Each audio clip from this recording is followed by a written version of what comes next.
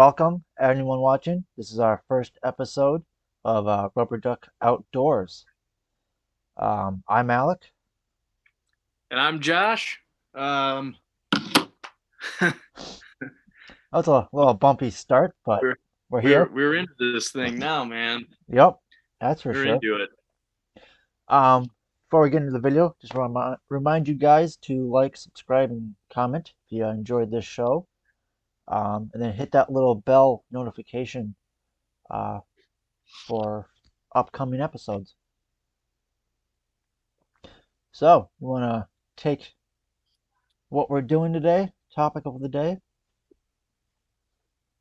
Yes. Cool.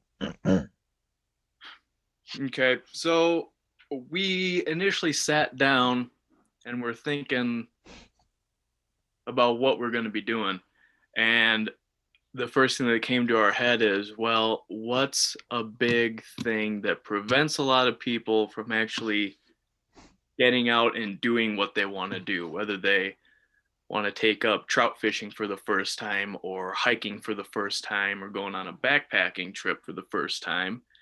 And usually what that thing is people get afraid about what if blank happens. Hmm. The little light bulb went off and we're like, that's it. The what if game. Yep. That's what we need to address first. And that's what we're doing. Mm-hmm. That's exactly what we're doing now. Yep. So, the what if game, like you were saying, is this idea of you got this plan, this idea, whatever that may be. You want to go hiking for the day. And then you start thinking, well, what if this happens? What if that happens? And you get kind of caught up in this thinking of all the possibilities that could go wrong, and then you're either over preparing or you just never do it. Mm-hmm. Um, and there are some pros and cons to doing the what if game. Like it does help you get prepared, um, but it can also lead in getting paranoid with different things, um, as well as it helps with planning. But it can be very time consuming if you start to spiral out and go too far into it. Mm-hmm. Uh, Right. I guess a good way of putting what this mindset is like being a realistic pessimist. But it can also carry a lot of weight, whether that's physical or mental, and that is a drawback. You have to kind of balance it and ride that line of being prepared but not spiraling out of control. Mm-hmm. So we're gonna go through a small little walkthrough of some scenarios to kind of help you guys get a better picture of what this what if game thinking can do. Right. And the first thing before we even start listening through these Yep. scenarios, we got one really big point to make that is important for whatever the scenario is. And that point is that whatever happens, you just gotta you just gotta chill out a little bit. You gotta keep calm. If your heartbeat's racing a little bit, sit down, uh, drink some water. I've heard that that's a very, very healthy thing to do when you start to panic and when you start to kind of freak out because the plan didn't go as it should have. Sit down, take a drink of water, relax, analyze whatever's happening, and then figure it out from there. So that's Yep. step one. Just chill So out. yeah, that's a very good point. Uh, First scenario we got. Uh, what if my car breaks down? Very common thing. Usually loves to happen in the crappiest of weather. Mm-hmm. Um, Or First, or when you're far away from your destination. yeah, or very, very far away from a gas station. Uh-huh. Always the best. Yeah. So, first point we got is have the knowledge and the basic tools to kind of help you get through common breakdowns, things like that. Mm-hmm. We got have flares, tire iron, a jack and a spare tire. jumper cables, patch kit, 4 tires, a little extra oil goes a long way. And it's great and all if you've got that, but if you don't know how to use it, there's really no point. Right. And especially for people in colder climates, most spares, like you mentioned, Josh, are under the vehicle. Mm-hmm. And after, winter, all that salt, all that slush, wonderful snow, Mm-hmm. it just gets rusted straight onto your vehicle. So Yeah. you might have everything, but you can't get it off. Yeah. That Yeah. thing is super glued So unless it's like, and in, gorilla taped yeah. to the bottom of that vehicle. So unless it's on the back of your vehicle or inside of it, Mm-hmm. good luck trying to get that off. Unless you really, really maintain your vehicle Hmm. and you continuously take it through the car wash like once every 1 or 2 weeks or something like that to get that salt off. And even then, there's some car washes that recycle the water, so Hmm. you still might be washing your car with salt water. So basically, the point of this whole thing is if your tires underneath your car and you live in the Midwest, you pretty much need to consider getting a AAA membership, which is our next point. Get a AAA membership. Those will save your behind so much. It is worth it. Alec and I have both driven across the country a couple times, Yep. both together in our own vehicles and separately going to different areas. And I can think of 5 times off the top of my head that I've had to give AAA a call, whether that be roadside assistance Yep. or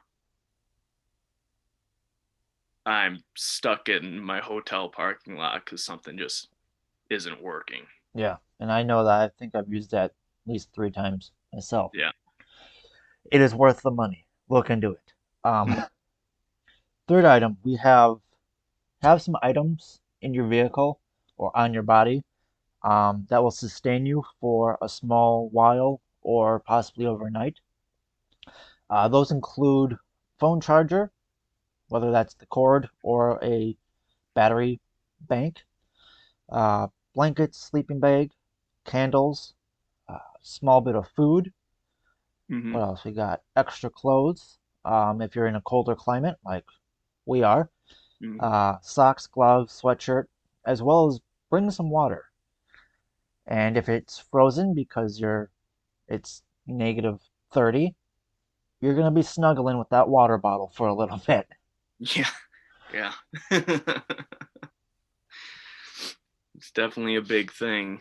Yep, And that's pretty much the car breaking down scenario. yep, This is a list of 3 things that you can do to help yourself out, as with the rest of these scenarios. They're not going to fix everything, but they're going to make whatever happens a little bit easier if you hmm get caught in said situation of whatever happens. yeah. None of these are fix-alls. They're No. just, yeah, little bits that will help you out in the most common of situations. Mm-hmm. Scenario number 2, which is a big one amongst hikers and backpackers and Hunters, trappers, hunters, trappers, some fishermen that want to go hit that high alpine lake up in the mountains. just walking outside people. Yeah. What if I get lost in the woods? What if I I don't get know. lost in the mountains? What do I do if I get lost in the swamp or wherever you're going? It's pretty much just across the board. Number one, maintain body heat. And that sounds like a big, complicated scientific thing, but it's not. It doesn't have to be. It usually isn't unless you're in a really sticky situation. Basically, it just means if you're sweating, stop sweating. Yep. And if you're shivering, stop shivering. Whether that means take a layer off, add a layer, start a fire, break out the hot hands and put them in your pockets or something to warm up a little bit. Um, wet down a bandana to tie around your neck to cool you down a little bit. It can be as simple as that, and then it can get as complicated as build a bow bed, make a debris shelter, crawl in it, and use your shivering to maintain your heat inside of that thing. Mm-hmm. But basic point, stop shivering, stop sweating. If you're not doing either one of those two things, you're good to go. Number 2, carry around some shelter items. And I know that those things can be kind of heavy at times, like a tarp and cordage and tent pegs. And a lot of times it's like, what's the point of carrying this stuff? I'm not going to need it, which honestly, you probably won't. But if you ever do need it and you don't have it, you're really going to wish that you did, because at that point, it's going to start pissing down rain. And you're now spending 2.5 hours to set up something that's waterproof when you could have just spent 2 minutes setting up a tarp and hunkering down underneath it until the rain stops. Yep. Number 3 is water. Carry enough water and then a little bit more. Mm-hmm.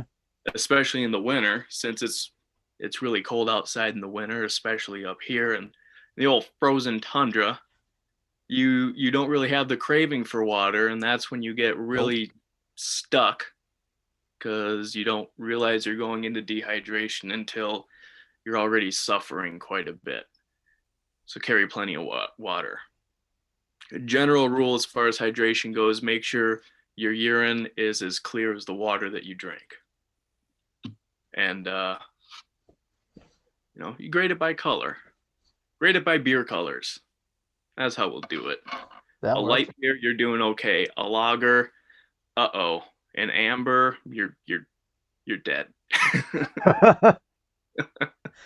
Yeah, that's definitely some health issues right there. Yeah, you got some problems going on, man. I think that might be a little bit more than just hydration at that point. Yeah. Oh. Number 4 is signaling devices. A whistle cuts through the woods and goes a lot farther than your voice will, and it's going to last a lot longer than your voice will. Oh, yeah. If you don't believe me, go into the woods and just scream for 30 minutes and let me know if you make it to that 30-minute mark. Yeah. Because you'll probably be shot after 15. Strobe lights, if you can find one. A lot of flashlights come with strobe lights on them now. Yeah. Even some headlamps. So those are always good for night. Radios, of course, mostly everyone, almost 24/7 has one of these guys within arm reach. Yep. There's nothing else to be said about that. As long as you got cell service and it's charged, you have communication, and it's charged, which is a whole nother thing that we'll get into in a later episode. Yep. I'm sure. Oh yeah. We're going deep on this podcast, guys. Just you wait. Yep, we got a lot of topics. Mm-hmm. And before you even go out, make sure you let someone that's trustworthy, that's going to worry about you, know where you're going, when you're going there, and when you're going to be coming back. Yeah, not the neighbor you've never talked to besides this first time. Yeah. Probably not going to work out so hot for you. Yeah. Chances are they might look out for you. They might also forget as well. So maybe give like your cousin or your mom or your dad or an uncle or an aunt or siblings or something like that. Or a park ranger if you're in that area. Ranger. Yeah, go to a ranger station. That's always not a bad idea. And then first aid, it really depends on what you're doing, determines how much first aid you're going out with. If you're going out hunting, you really just are hunting or hiking or fishing or something, you really just need a small cuts kit. But then again, if you're going to be rock climbing or something, you're going to need a pretty significant med kit, just because you have the potential to be dealing with immediate heavy duty impact and shock to a body. Yep. So just plan for that and get the proper training for it too. Just because you're walking around with one of those cat tourniquets doesn't mean that you know what you're going to be doing with it. Yeah. uh, If it's just kind of dangling there, it ain't doing much. yeah, yeah. And Oh. if they got a cut on their chest or on their head or something, don't put the tourniquet on. Legs and arms only, okay? Well, what about ears? Yeah, yeah. No. Just Oh, don't do it. yeah.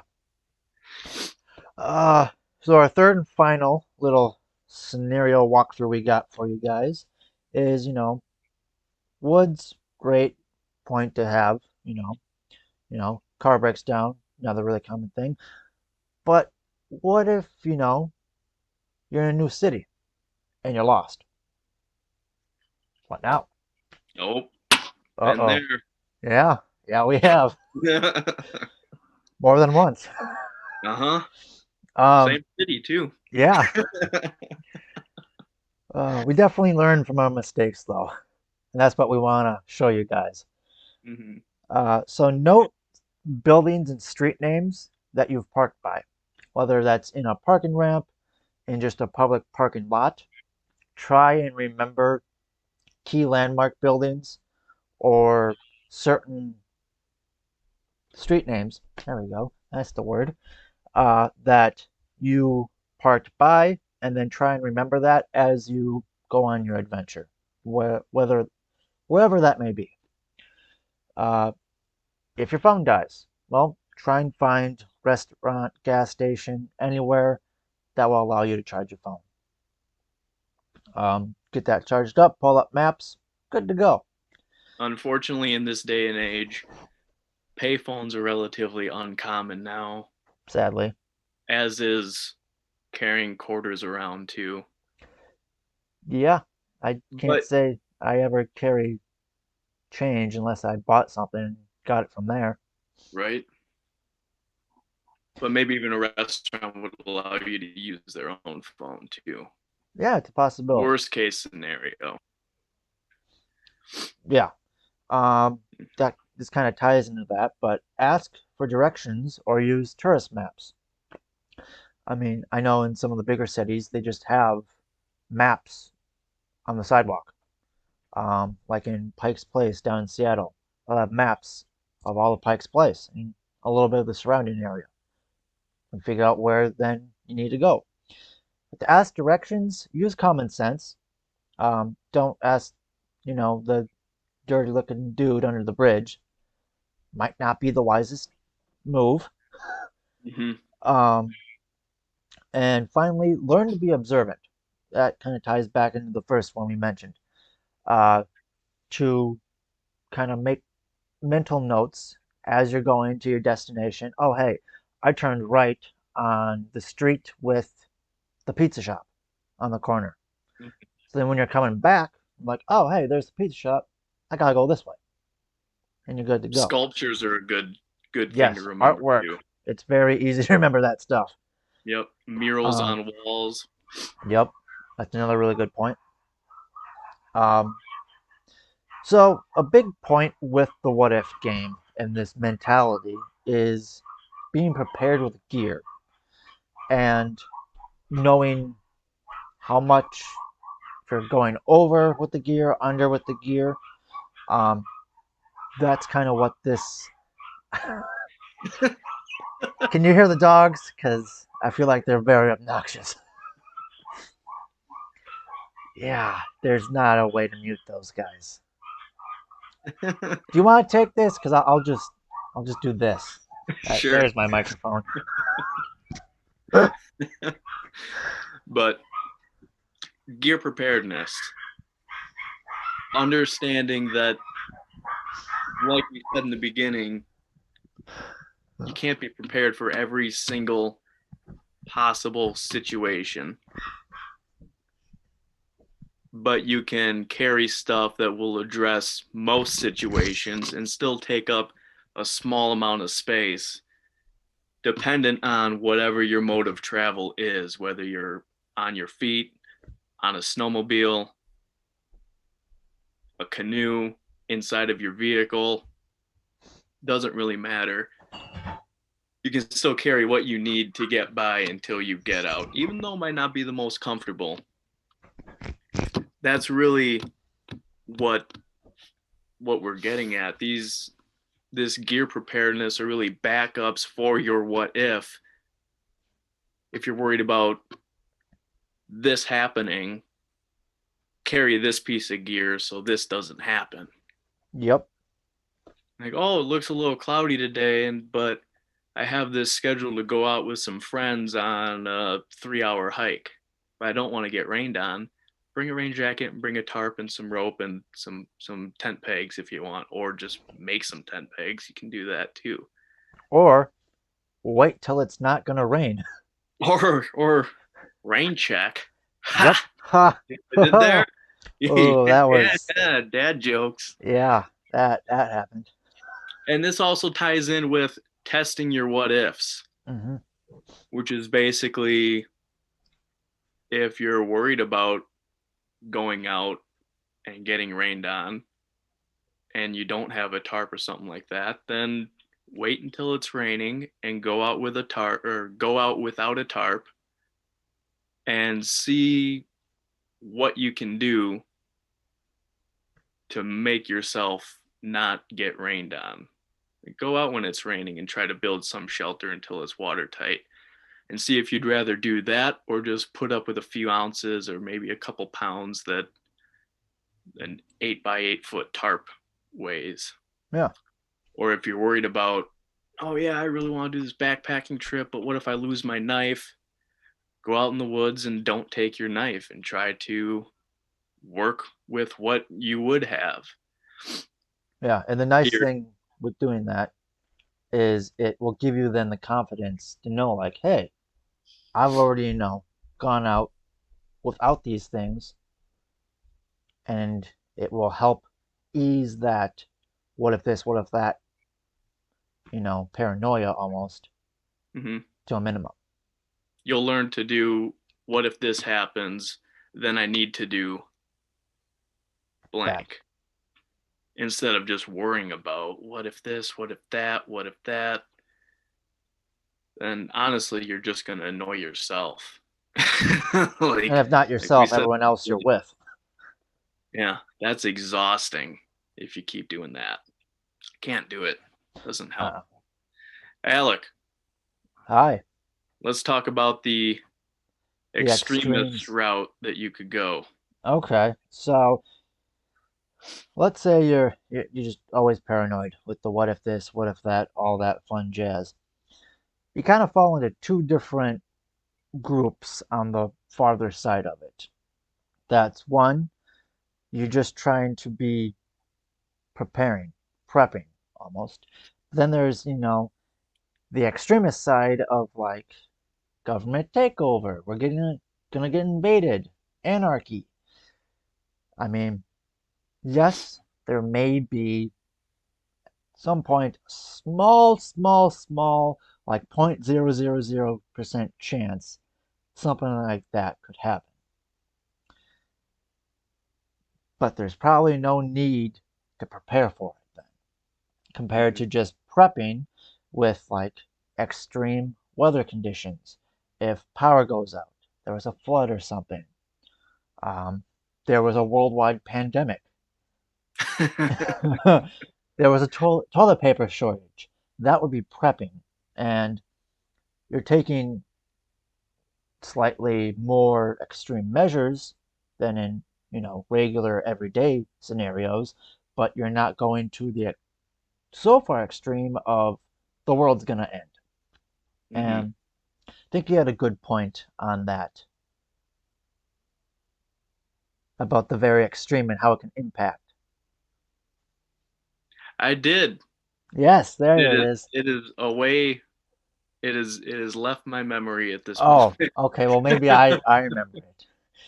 But jeez, I think you said that it can impact, your family, people around you, just Mm. Yep. your mental state in itself, Financial state. financial state. I mean, don't get me wrong, having an underground bunker, that sounds like the ultimate man cave, but Yeah, pretty cool. it would be. But like just because you think it's gonna be your salvation from the end of the world, that's a little bonkers. You know, dial it in there. Hmm. Um, and that's all I got with that. So I guess the big key, I guess two key points with the what if game, or this meant thinking philosophy, is to be able to stay calm. Biggest thing, gotta stay calm if any scenario happens, as well as we want to be able to have you take your what ifs and turn them into what if then goes to if this then that. So then you kind of have answers to at least some what ifs, not all. There's no way you could possibly have an answer to all of them, Hmm. uh, but at least give you a little bit more confidence and have a few maybe backups or answers to your doubts and worries. Right. I was reading this other thing the other day that they started talking about the 70-30 rule Yeah, where you take your trip. So let's say we're going on a canoe trip and it's going to be a awesome. 5-day trip. You take that and you prepare for 70% of whatever may happen. So off the top of your head, we're going to need to do some portaging. We're going to need to Cool. have some waterproof gear in case the canoe tips. We're going to need overnight stuff and some waterproof covering just in case it starts to rain. That kind of thing is your 70%. This is what we're preparing for. The other 30, just take it as it comes. And hopefully, with the stuff that you've brought within that 70%, will get you through the unexpected 30%. And if it doesn't, you now know for next time.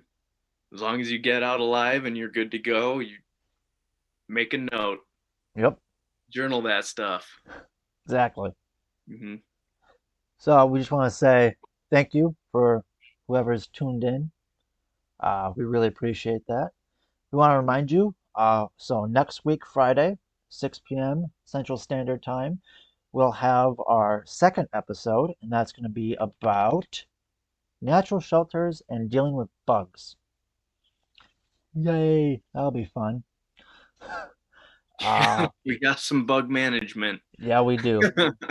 Uh, so, yep, that'll be for the next Friday show. This episode will be coming out Monday as an edited version that you can watch anytime, which is awesome. And we just want to remind you to like, subscribe, comment, if you got any questions, and hit that little notification bell so you know when we release that episode on Monday. Mhm. So I'm Alec, And I'm Josh. and this is Rubber Duck Outdoors. Thanks for coming in, guys. See ya.